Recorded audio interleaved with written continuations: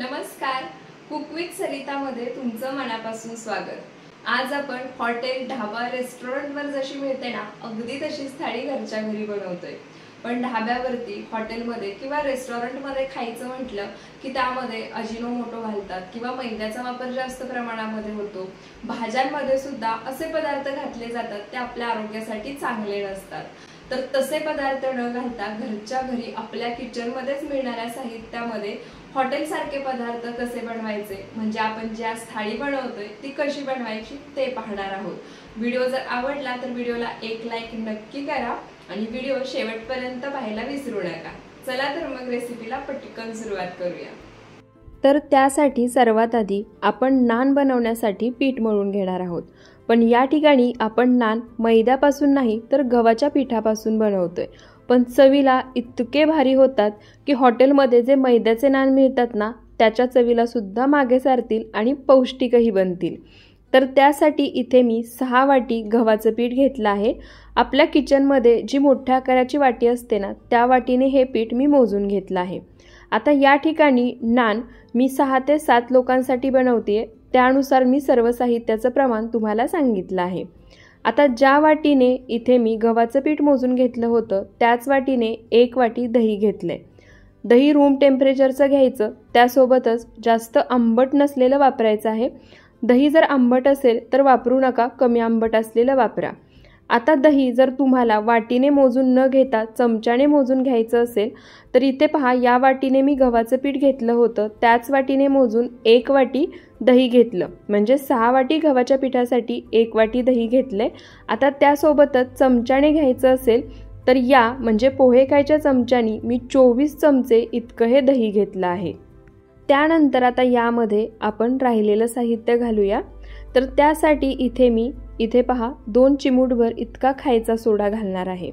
जास्त प्रमाणामध्ये खायचा सोडा वापरायचा नाही। 6 वाटी गव्हाच्या पिठासाठी 2 चिमूटभर खायचा सोडा पुरेसा आहे।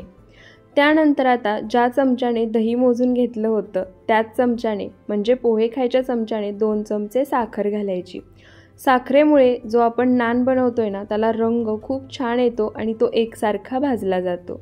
त्यासोबतच यामध्ये 1 चमचा किंवा चवीनुसार मीठ घालायचं। त्यानंतर तेलाच्या किटलीमध्ये जी पळी असते त्या पळीने 2 पळी इतकं तेल घालायचं। तेल या ठिकाणी कच्चं वापरले, त्यासोबतच तेलाच्या किटलीमध्ये जी पळी असते ती पळी तुमच्याकडे नसेल तर पोहे खायच्या चमच्यानी 4 चमचे इतकं तेल यामध्ये घालायचं आहे। आता हे सर्व साहित्य आपण सुरुवातीला मिक्स करून घ्यायचं आणि आपण जे दही घातले त्यामध्येच पीठ बसेल इतकं मळून घ्यायचं। सुरुवातीला अजिबात थोडंही पाणी वापरायचं नाही। दह्यामध्ये जेवढं पीठ बसेल तेवढं आपल्याला आधी मळून घ्यायचं आहे आणि त्यानंतरच लागेल असं थोडं थोडं पाणी घालायचं आणि पीठ मळून घ्यायचं। तर इथे पहा, दह्यामध्ये मळून घेता येईल तेवढं पीठ मी मळून घेतलं आहे। आता यामध्ये मी लागेल असं थोडं थोडं पाणी घालणार आहे आणि छान घट्टसर असं हे पीठ मळून घेणार आहे। म्हणजे आपण चपाती बनवण्यासाठी जसं पीठ मळून घेतो ना त्यापेक्षा थोडंसं घट्टसर पीठ या ठिकाणी मळून घ्यायचं आहे। आता लागेल असं पाणी घालते आणि घट्टसर पीठ मळून घेते। तर इथे पहा, लागेल असं थोडं थोडं पाणी घालून छान घट्टसर असं पीठ मी मळून घेतलं आहे। मळून घेतलेल्या पिठाची तुम्ही कन्सिस्टन्सी पाहू शकता। पीठ जास्त मर्दून घ्यायची सुद्धा गरज नाही, छान गोळा तयार झाला की परफेक्ट आहे। त्यानंतर आता इथे मी एक बाउल घेतलाय। आता यामध्ये हे मळून घेतलेलं पीठ काढायचं, वरून झाकण ठेवायचं आणि 1 तासभर हे पीठ भिजण्यासाठी बाजूला ठेवायचं। आता पीठ भिजतंय तोपर्यंत आपण हॉटेलमध्ये किंवा ढाब्यावर मिळते ना त्याहीपेक्षा चवीला भन्नाट अशी भाजी बनवून घेऊयात। तर त्यासाठी गॅसवर कढई गरम करायला ठेवली आहे। कढई गरम झाली की आता त्यामध्ये तेलाच्या किटलीमध्ये जी पळी असते त्या पळीने 3 पळी इतकं तेल घालायचं। तेल गरम झालं की गॅसचा फ्लेम पूर्णपणे लो करायचा। त्यानंतर त्यामध्ये 1 चमचा जिरे घालायचे।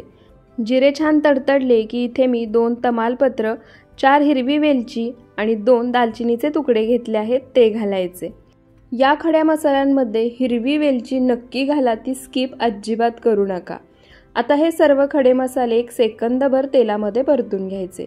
खडे मसाले सेकंदभर तेलामध्ये परतून घेतले की आता इथे मी 2 मध्यम आकाराचे कांदे उभे पातळ चिरून घेतले आहेत ते घालायचे।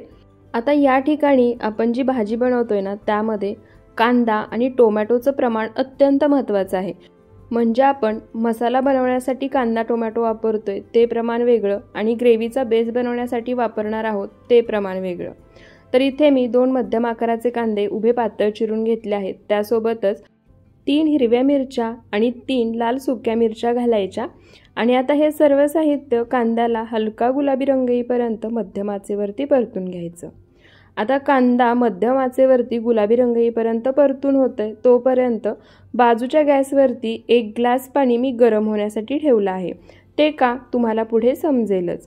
तर इथे पहा कांदासुद्धा हलका गुलाबी रंग येईपर्यंत परतून घेतला आहे. कांदा जास्त सोनेरी रंग होऊ द्यायचा नाही किंवा जास्त करपू द्यायचा नाही. कांदा हलका गुलाबी रंग येईपर्यंत परतून झाला की आता यामध्ये 4 मध्यम आकाराचे टोमॅटो बारीक चिरून घेतले आहेत ते घालायचे. तर मसाला बनवण्यासाठी कांदा आणि टोमॅटोचा रेशो म्हणजे प्रमाण लक्षात ठेवा. मसाला बनवण्यासाठी 2 मध्यम आकाराचे कांदे त्यासोबत 4 मध्यम आकाराचे टोमॅटो वापरले आहेत. आता टोमॅटोसुद्धा आपल्याला हलकासा मऊसूद होईपर्यंत या सर्व साहित्यासोबत भाजून घ्यायचा आहे. तर इथे पहा टोमॅटोसुद्धा या सर्व साहित्यासोबत हलकासा मऊसूद होईपर्यंत मी छान असा भाजून घेतला आहे. सर्व साहित्य कमी प्रमाणामध्येच भाजले. तुम्ही कांदा अजूनही पाहू शकता जास्त सोनेरी रंग येईपर्यंत भाजला गेला नाहीये. त्यानंतर आता यामध्ये 1.5 इंच आलं घालायचं. 16 ते 17 इथे मी लसणाच्या पाकळ्या घेतल्या आहेत त्या घालायच्या आणि मूठभर हिरवी कोथिंबीर घेतली आहे. आता कोथिंबीर घेताना लक्षात ठेवा देठासहित घ्यायची, फक्त कोथिंबीरीची पाने घालायची नाहीत. कारण ढाब्यावर रेस्टॉरंटमध्ये हॉटेलमध्ये ज्या भाज्या आपण खातो ना त्याची खरी चव कोथिंबीरीचे जे देठ असतात त्याच्यामुळेच येते. आणि त्यासोबतच इथे मी 15 ते 16 काजू पाण्यामध्ये 5 ते 10 मिनटं भिजत ठेवले होते. ते भिजवून घेतलेले काजू घालायचे आणि आता पुन्हा हे सर्व साहित्य मध्यम आचेवरती 2 ते 3 मिनटं आपल्याला परतून घ्यायचं आहे. तर इथे पहा मध्यम आचेवर सर्व साहित्य 2 मिनटं मी छान असं परतून घेतले. त्यानंतर आता यामध्ये काही बेसिक मसाले घालायचे. त्यामध्ये 1 छोटा अर्धा चमचा हळद आणि 1 मोठा चमचा यामध्ये मी काश्मीरी लाल मिरची पावडर घातली आहे जी तिखटाला कमी असते आणि त्याने रंग खूप छान येतो. आणि अर्धा चमचा इतकं यामध्ये मीठ घालायचं. हळद, लाल मिरची पावडर आणि मीठ घातल्यानंतर पुन्हा हे साहित्यासोबत मिक्स करायचं. मध्यम आचेवरती 2 मिनटं परतून घ्यायचं. म्हणजे यामध्ये जो काही कच्चेपणा असेल ना तो सर्व निघून जाईल. तर इथे पावडर मसाले घातल्यानंतर सर्व साहित्य 2 मिनटं मध्यम आचेवर मी पुन्हा परतून घेतलं. त्यानंतर आता यामध्ये बाजूच्या गॅसवरती जे पाणी आपण गरम करायला ठेवलं होतं ना ते पाणी घालायचं. 1 मोठा ग्लास इतकं हे पाणी आहे. आणि भाजून घेतलेल्या साहित्यामध्ये गरमच पाणी का घालायचं तर आपण जे हे मसाले भाजून घेतोय ना ते थंड पाणी घातल्यामुळं त्याची कुकिंग प्रोसेस थांबते आणि मसाले आतपर्यंत छान शिजले जात नाहीत. गरम पाणी घातलं की मसाल्यांची कुकिंग प्रोसेस चालूच राहते. पाणी घातल्यानंतर सर्व मसाले एकदा मिक्स करायचे, झाकण ठेवायचं आणि मंद आचेवर 10 ते 12 मिनटं हे मसाले आपल्याला शिजवून घ्यायचे आहेत. तुम्ही अधूनमधून झाकण काढून मिक्स करून घेऊ शकता. तर इथे 10 ते 12 मिनटं झाले आहेत. मसाले मंद आचेवरती झाकण ठेवून मी छान शिजवून घेतले आहेत. आता यामध्ये तुम्हाला पाणी थोडंसं जास्त वाटत असेल पण आपण हे मसाले जेव्हा पूर्णपणे थंड करून घेऊ तेव्हा पाणी आटतं किंवा ही ग्रेव्ही घट्टसर होते असं म्हणालं तरीसुद्धा चालेल. त्यानंतर आता गॅस बंद करायचा आणि आता हे सर्व मसाले पाण्यासहित आपल्याला पूर्णपणे थंड करून घ्यायचे आहेत. थंड झाल्यानंतर आपण पुढची तयारी करून घेऊयात. तर इथे पहा मसाले मी पूर्णपणे थंड करून घेतले आहेत. पहिल्यापेक्षा ही ग्रेव्ही तुम्हाला घट्टसर झालेली दिसत असेल. आता पाण्यासहित हे सर्व साहित्य मिक्सरच्या भांड्यामध्ये काढून घ्यायचं. मिक्सरच्या भांड्यामध्ये सर्व साहित्य काढून घेतलं. आता यामध्ये पाण्याचं प्रमाण आहे त्यामुळे वरून पाणी अजिबात घालायचं नाही. सर्व साहित्य मिक्सरला फिरवायचं आणि एकदम स्मूथ अशी याची पेस्ट तयार करून घ्यायची. तर इथे पहा सर्व साहित्य मी मिक्सरला फिरवून वाटून घेतले. एकदम छान स्मूथ अशी याची पेस्ट तयार झाली आहे. यामध्ये पाणी होतं तरीसुद्धा तुम्ही या ग्रेव्हीची म्हणजे मसाल्याची कन्सिस्टन्सी पाहू शकता. तर इथे आपला मसाला तयार झाला आहे. आता आपण लगेच पुढची तयारी करून घेऊयात. तर ज्या कढईमध्ये मी मसाला भाजून घेतला होता तीच कढई स्वच्छ धुवून मी पुन्हा वापरते आहे. त्याच कढईमध्ये ही भाजी मी तयार करणार आहे. कढई गॅसवर ठेवायची. गरम झाली की आता तेलाच्या किटलीमध्ये जी पळी असते त्या पळीने 4 पळी इतकं तेल यामध्ये घालायचं. तेल हलकंसं गरम झालं की आता यामध्ये एक छोटा चमचा जिरे घालायचे। जिरे छान तडतडले की आता यामध्ये इथे मी 3 मध्यम आकाराचे कांदे बारीक चिरून घेतले आहेत, तो बारीक चिरलेला कांदा घालायचा। तर इथे आपण ग्रेव्हीचा बेस तयार करतोय आणि मसाला तयार करण्यासाठी 2 मध्यम आकाराचे कांदे वापरले होते, म्हणजे एकूण आपण 5 कांद्याचा वापर या ठिकाणी करणार आहोत। त्यासोबतच इथे मी 3 हिरव्या मिरच्या बारीक चिरून घेतल्या आहेत, त्या घालायच्या आणि आता हे सर्व साहित्य कांद्याला हलकासा सोनेरी रंग येईपर्यंत परतून घ्यायचं आहे। आता यामध्ये तुम्हाला जसं तिखट आवडतं त्यानुसार हिरव्या मिरचीचं प्रमाण कमी जास्त करू शकता, कारण आपण मसाला बनवताना सुद्धा त्यामध्ये हिरवी मिरची वापरली आहे। तर इथे पहा, मध्यम आचेवरती कांद्याला हलका सोनेरी रंग येईपर्यंत कांदा मी परतून घेतलाय। त्यानंतर आता यामध्ये इथे मी 2 चमचे खलबत्त्यामध्ये जाडसर ठेचून घेतलेली आलं लसणाची पेस्ट घेतली आहे, ती घालायची। तुम्ही विकतची आलं लसूण पेस्ट वापरली तरी सुद्धा चालेल। आणि आता पुन्हा आलं लसणाचा कच्चेपणा जाईपर्यंत हे सर्व साहित्य आपल्याला भाजून घ्यायचं आहे। तर इथे पहा, आलं लसणाचा कच्चेपणा जाईपर्यंत सर्व साहित्य मी भाजून घेतले। भाजून घेतलेल्या साहित्याला बाजूने छान तेलही सुटायला लागले। त्यानंतर आता यामध्ये काही बेसिक पावडर मसाले घालायचे। त्यामध्ये एक छोटा अर्धा चमचा हळद, एक मोठा चमचा धणे पावडर आणि एक मोठा चमचा यामध्ये काश्मीरी लाल मिरची पावडर घालायची। आता या ठिकाणी जी काश्मीरी लाल मिरची पावडर मी वापरतीये ती रंगाला तर लाल आहेच, पण तिखट सुद्धा आहे। तुम्हाला जर आणखी तिखट बनवायचं असेल तर तुम्ही तिखट असणारी मिरची पावडर सुद्धा एक छोटा चमचा यामध्ये घालू शकता। पावडर मसाले घातल्यानंतर पावडर मसाल्यांचा कच्चेपणा जाईपर्यंत हे आपल्याला परतून घ्यायचं आहे। त्यासाठी यामध्ये थोडंसं पाणी घालायचं आणि पाण्यामध्ये हे सर्व साहित्य आपल्याला कच्चेपणा जाईपर्यंत आणि छान तेल सुटेपर्यंत परतून घ्यायचं आहे। पाणी घातल्यामुळं काय होतं, तेलाचं प्रमाण कमी लागतं आणि मसाले सुद्धा तेल सुटेपर्यंत छान असे भाजले जातात। तर इथे पहा, सर्व साहित्य मी तेल सुटेपर्यंत कच्चेपणा जाईपर्यंत पाणी घालून छान असं भाजून घेतले। त्यानंतर आता यामध्ये इथे मी 2 मध्यम आकाराचे टोमॅटो बारीक चिरून घेतले आहेत, ते घालायचे। टोमॅटोचं प्रमाण सुद्धा लक्षात घ्या, आपण मसाला बनवण्यासाठी 4 मध्यम आकाराचे टोमॅटो वापरले होते आणि ग्रेव्हीचा बेस बनवण्यासाठी 2 मध्यम आकाराचे टोमॅटो वापरतोय, म्हणजे आपण यामध्ये एकूण 6 टोमॅटोचा वापर केलाय। त्यासोबतच यामध्ये एक छोटा अर्धा चमचा मीठ घालायचं। लक्षात ठेवा, आपण मसाल्यामध्ये सुद्धा मीठ घातलं आहे, त्यामुळे तुमच्या अंदाजानुसारच मीठ घाला। मीठ घातल्यानंतर सर्व साहित्य पुन्हा एकदा आपल्याला तेल सुटेपर्यंत आणि टोमॅटो छान मऊसूद होईपर्यंत भाजून घ्यायचे। तर इथे पहा, टोमॅटो छान मऊसूद होईपर्यंत आणि तेल सुटेपर्यंत सर्व साहित्य मी छान असं भाजून घेतले। त्यानंतर आता यामध्ये या पदार्थाचा महत्त्वाचा इन्ग्रेडियंट, ज्यामुळे या पदार्थाला ढाब्यावर किंवा हॉटेलमध्ये मिळते अशी चव येतच नाही, तो म्हणजे इथे मी एक मध्यम आकाराची शिमला मिरची बारीक चिरून घेतली आहे, ती घालायची आणि सर्व मसाल्यासोबत साहित्यासोबत शिमला मिरचीसुद्धा छान मऊसूद होईपर्यंत आपल्याला परतून घ्यायची आहे। शिमला मिरची या भाजीमध्ये अजिबात स्किप करू नका, कारण खरी चव याला या शिमला मिरचीमुळेच येते। आणि हो, आपण यामध्ये शिमला मिरची घातली आहे म्हणजे आपण कढाई पनीर नाही बनवत। काय बनवतोय किंवा तुम्हाला समजलं असेल तर मला कमेंटमध्ये आत्ता लगेच सांगा, पुढचा व्हिडिओ पाहण्याआधी। तर इथे पहा, शिमला मिरचीसुद्धा सर्व मसाल्यासोबत साहित्यासोबत मी छान मऊसूद होईपर्यंत भाजून घेतली आहे। मसाल्याला तुम्ही पाहू शकता बाजूने छान रंगसुद्धा सुटला आहे। त्यानंतर आता यामध्ये महत्त्वाची स्टेप, अशा पद्धतीची एखादी चाळण किंवा गाळणी घ्यायची आणि त्यामध्ये जो मसाला आपण तयार करून घेतला आहे ना, तो गाळून घ्यायचा। यामुळे काय होतं, आपण जी ग्रेव्ही बनवतोय ना ती छान स्मूथ सिल्की तयार होते। खडे मसाले जर मोठे शिल्लक राहिले असतील तर ते दाताखाली येत नाही। खडे मसालेच काय, दुसरे कोणतंही साहित्य जर ग्रेव्हीमध्ये म्हणजे तयार करून घेतलेल्या मसाल्यामध्ये मोठं राहिलं असेल तर ते दाताखाली येत नाही। त्यासोबतच मसाल्यामधला जो काही चोथा आहे तो सुद्धा पूर्णपणे निघून जातो। म्हणजे ढाब्यावर हॉटेलमध्ये जशी स्मूथ सिल्की ग्रेव्ही तयार होते ना, अगदी तशीच ग्रेव्ही आपली सुद्धा तयार होते। आता मिक्सरच्या भांड्यामध्ये मी थोडंसं पाणी घालून घेतलं होतं, म्हणजे मिक्सरच्या भांड्याला लागलेला जो मसाला आहे तो सुद्धा वाया जाणार नाही आणि चाळणीला लागलेला मसाला सुद्धा वाया जाणार नाही। तर इथे पहा, तयार केलेला मसाला सर्व या गाळणीने मी छान असा गाळून घेतला आहे। जे काही आल्याचे किंवा खडा मसाल्याचे मोठे तुकडे राहिले होते ते सुद्धा तुम्हाला दिसत असेल वरती तसेच राहिले आहेत। आता हा जोवर शिल्लक राहिलेला चोथा आहे तो आपल्याला काढून टाकायचा आहे. आपली परफेक्ट अशी ग्रेव्ही खाली तयार झाली आहे. तर आता ही जी ग्रेव्ही आहे ती भाजून घेतलेल्या मसाल्यासोबत आपल्याला एकदा मिक्स करून घ्यायची आहे. आणि आज आपण या ठिकाणी हॉटेल ढाबा रेस्टॉरंटवर मिळते अगदी तशीच पनीर लबाबदार घरच्या घरी बनवते. तीही तुम्हाला समजलंच असेल किती सोपी पद्धत आहे. या पद्धतीने जर पनीर लबाबदार तुम्ही स्टेप बाय स्टेप बनवलं ना तर खरं सांगते हॉटेल रेस्टॉरंट ढाब्यावरच्या चवीला सुद्धा मागे सारेल.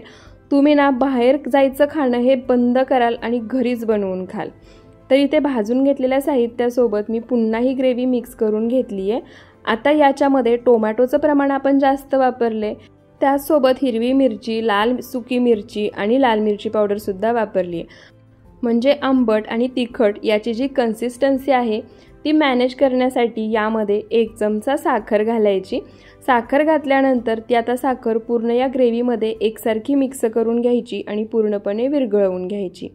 साखर पूर्णपणे या ग्रेव्हीमध्ये विरघळली की आता यामध्ये इथे मी 200 ग्रॅम इतकं पनीर घेतलं होतं आणि चौकोनी तुकड्यामध्ये मी ते कट करून घेतले.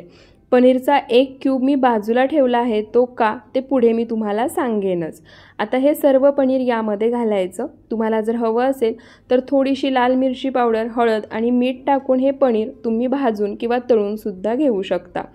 पनीर ग्रेव्हीमध्ये घातलं की हॉटेल ढाब्यावर मिळणाऱ्या ग्रेव्हीची जशी शाईन असते तशी या ग्रेव्हीला शाईन यावी यासाठी यामध्ये मी 2 बटर क्यूबसुद्धा घातले आहेत. आणि त्यासोबतच यामध्ये फ्रेश क्रीम घेतली आहे, ती छान अशी फेटून घ्यायची आणि 2 ते 3 चमचे फ्रेश क्रीम यामध्ये घालायची. यामुळे सुद्धा ग्रेव्हीला शाईन खूप छान येते. त्यासोबतच ग्रेव्ही छान सिल्की आणि स्मूथ तयार होते. जर तुमच्याजवळ फ्रेश क्रीम नसेल तर तुम्ही दुधावरची जी साय असते ती सुद्धा फेटून घेऊन वापरू शकता. आणि त्यासोबतच इथे मी 2 मोठे चमचे कसुरी मेथी घेतली, ती सुद्धा चुरून यामध्ये घालायची. कसुरी मेथीने सुद्धा ग्रेव्हीची चव पूर्णपणे बदलते आणि एवढी ग्रेव्ही जबरदस्त चवीला लागते की काही विचारूच नका. अर्धा चमचा यामध्ये गरम मसाला घालायचा. मी घरी बनवलेला गरम मसाला वापरला आहे. तुम्हाला जर याची रेसिपी हवी असेल तर ते सुद्धा मला कमेंट करून नक्की सांगा, मी नक्कीच तुमच्यासोबत शेअर करेन. सर्व साहित्य घातल्यानंतर आता ते ग्रेव्हीमध्ये आपल्याला एकदा एकसारखं मिक्स करून घ्यायचं आहे. सर्व साहित्य ग्रेव्हीमध्ये एकसारखं मिक्स करून घेतलं की आता मध्यम आचेवरती ही ग्रेव्ही आपल्याला 2 ते 3 मिनटं छान अशी शिजवून घ्यायचे, उकळवून घ्यायचे. पण त्याआधी मोठ्या आचेवरती ग्रेव्हीला मी एक उकळी काढून घेणार आहे. तर इथे पहा मोठ्या आचेवर मी ग्रेव्हीला एक उकळी काढून घेतली आहे. आता मीडियम टू लो फ्लेमवर ही ग्रेव्ही 3 ते 4 मिनटं आपण शिजवून घेऊयात. तर इथे पहा 4 मिनटं मीडियम टू लो फ्लेमवर ही ग्रेव्ही मी छान अशी शिजवून घेतली आहे. तुम्ही या ग्रेव्हीचं टेक्स्चर आणि कन्सिस्टन्सी पाहू शकता. आणि जेव्हा ही ग्रेव्ही हलकीशी थंड होईल तेव्हा आणखी घट्टसर तयार होते आणि दिसताना सुद्धा छान सिल्की स्मूथ दिसते. एकदम छान अशी या ग्रेव्हीवरती शाईन येते. गॅस बंद करायचा, ग्रेव्ही आपण बाजूला ठेवून देऊयात. तर इथे पहा पीठसुद्धा परफेक्ट भिजला आहे. आपण फक्त 2 चिमूटभर इतकाच खायचा सोडा यामध्ये घातला होता, तरीसुद्धा तुम्ही या ठिकाणी हे पीठ पाहू शकता काय मस्त फुगलं आहे. त्याचसोबत या पिठाला तुम्ही आतल्या बाजूने पाहू शकता छान जाळी सुटली आहे. असंच हे पीठ परफेक्ट तयार व्हायला पाहिजे. मळून घेतलेल्या पिठाला आतून जाळी सुटली ना मग नानसुद्धा एकदम छान मऊसूत आणि परफेक्ट तयार होतात. सोबतच थोडंसं कोरडं पीठसुद्धा घेतलं आहे. आता थोडं थोडं कोरडं पीठ हाताला लावायचं आणि हे पीठ एक अर्धा मिनिटभर पुन्हा एकदा छान असं मळून घ्यायचं. पीठ जर जास्त प्रमाणामध्ये हाताला चिटकत असेल तर तुम्ही हाताला तेल लावूनसुद्धा हे पीठ मळून घेऊ शकता. तर इथे पहा थोडं थोडं कोरडं पीठ हाताला लावून छान असं हे पीठ एक अर्धा मिनिटभर मी मळून घेतलं आहे. त्यासोबतच एका वाटीमध्ये मी पाणी घेतले आणि बारीक चिरलेली कोथिंबीर घेतली आहे. आता मळून घेतलेल्या पिठाचा पेढ्यापेक्षा थोड्याशा मोठ्या आकाराचा एक गोळा तयार करून घ्यायचा किंवा आपण चपाती बनवण्यासाठी जसा गोळा तयार करतो ना त्यापेक्षा थोड्याशा लहान आकाराचा गोळा या ठिकाणी करून घ्यायचा आहे. तयार केलेला गोळा कोरड्या पिठामध्ये घोळायचा आणि हा नान लाटून घ्यायचा. तुम्ही बघू शकता किती छान आणि सहज हा लाटला जातोय. तुम्हाला हव्या त्या आकारामध्ये हा नान तुम्ही लाटून घेऊ शकता, म्हणजे गोलाकार किंवा अंडाकार. मी गोलाकार आकारामध्ये हा नान लाटून घेणार आहे. त्यासोबतच नान लाटून घेताना जास्त पातळही लाटायचा नाही किंवा जास्त जाडसरही ठेवायचा नाही. मध्यम जाडसर असा हा नान आपल्याला लाटून घ्यायचा आहे. आणि नान बनवण्यासाठी जेव्हा मी सुरुवात केली तेव्हाच गॅसवर तवासुद्धा गरम करायला ठेवला आहे. मध्यम जाडसर असा नान लाटून घेतला की आता त्याच्यावरती थोडीशी बारीक चिरलेली हिरवी कोथिंबीर घालायची. कोथिंबीर घातल्यानंतर त्याच्यावर थोडंसं कोरडं पीठ भुरभुरायचं. म्हणजे लाटून घेताना काय होतं, कोथिंबीर लाटण्याला चिटकत नाही आणि नानला सहज चिटकून राहते. कोरडं पीठ भुरभुरल्यानंतर अशा पद्धतीने हलक्या हाताने हा नान पुन्हा लाटून घ्यायचा. म्हणजे कोथिंबीर जो आपण नान लाटून घेतला आहे ना त्याला छान अशी चिटकून राहते. तर इथे पहा मध्यम जाडसर असा मी नान लाटून घेतला आहे. तुम्ही पाहू शकता जास्त पातळही नाही आणि जास्त जाडसरही नाही. त्यानंतर आता काय करायचं, नान पलटी करायचा आणि जी दुसरी बाजू आहे म्हणजे जी खालची बाजू आहे त्याच्यावरती एक अर्धा चमचाभर पाणी सोडायचं आणि अशा पद्धतीने सर्व नानवरती हे पाणी आपल्याला पसरवून घ्यायचं आहे. आणि ही स्टेप नक्की करा. यामुळे काय होतं, नान तव्याला चिटकून राहतो आणि दोन्ही बाजूनी अगदी छान भाजला जातो. जसा भट्टीवरती भाजतात ना अगदी तसाच. त्यानंतर तवा छान गरम करून घेतलाय.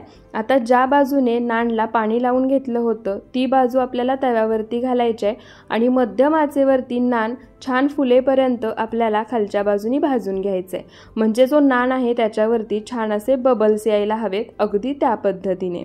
नानवरती बबल्स आले की समजून जायचं खालच्या बाजूने नान अगदी छान आणि परफेक्ट भाजला गेलाय. त्यानंतर आता जसं मी व्हिडिओमध्ये दाखवतेय अगदी त्याच पद्धतीने तवा पलटी करायचा आणि हा नान आपल्याला गॅसवर अशा पद्धतीने भाजून घ्यायचा आहे. तर इथे मी नान बनवण्यासाठी नॉनस्टिक तवा वापरतेय. तुम्ही रेग्युलर चपाती भाकरी बनवण्यासाठी जो ॲल्युमिनियमचा तवा वापरता तो वापरला तरी चालेल किंवा ज्या तव्यामध्ये तुम्ही डोसा बनवता तो तवासुद्धा या ठिकाणी वापरू शकता. तर जसं मी व्हिडिओमध्ये दाखवले त्या पद्धतीने हा तवा सर्व बाजूनी फिरवत राहायचं आणि हा नान भाजून घ्यायचा. पाहू शकता एकदम परफेक्ट हॉटेल रेस्टॉरंटमध्ये जसा भट्टीमध्ये किंवा तंदूरमध्ये नान भाजतात ना अगदी तसाच परफेक्ट भाजून झाला आहे. दुसऱ्या बाजूने सुद्धा तुम्ही पाहू शकता अजिबात कच्चा नाही आहे, एकदम छान खरपूस असा भाजून झाला आहे. त्यानंतर आता तुम्हाला हवं असेल तर तुम्ही या नानवरती बटर लावू शकता, पण मी तूप लावणार आहे कारण तुपामुळे या नानची चव एकदम भन्नाट लागते आणि हो पौष्टिक आहे कारण आपण अजिबात यामध्ये मैद्याचा वापर केला नाही आहे. तर इथे पहा परफेक्ट असा आपला नान बनून तयार झाला आहे.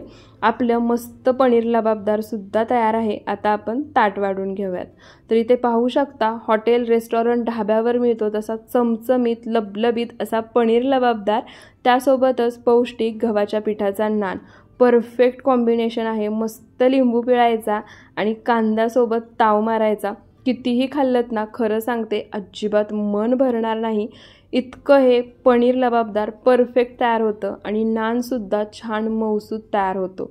खाल्ल्यानंतर पोट भरेल पण मन भरणार नाही, अगदी तसाच. तर तुम्हाला आजचा हा रेसिपी व्हिडिओ कसा वाटला ते मला कमेंट करून नक्की सांगा. व्हिडिओ आवडला असेल तर व्हिडिओला जास्तीत जास्त शेअर करा, लाईक करायला विसरू नका आणि अशाच रेसिपीजसाठी आपल्या कुक विथ सरिता या यूट्यूब चॅनलला सबस्क्राईब नक्की करा. पुन्हा भेटूयात अशाच साध्या सोप्या नवनवीन रेसिपी व्हिडिओसोबत. व्हिडिओ शेवटपर्यंत पाहिल्याबद्दल खूप खूप धन्यवाद.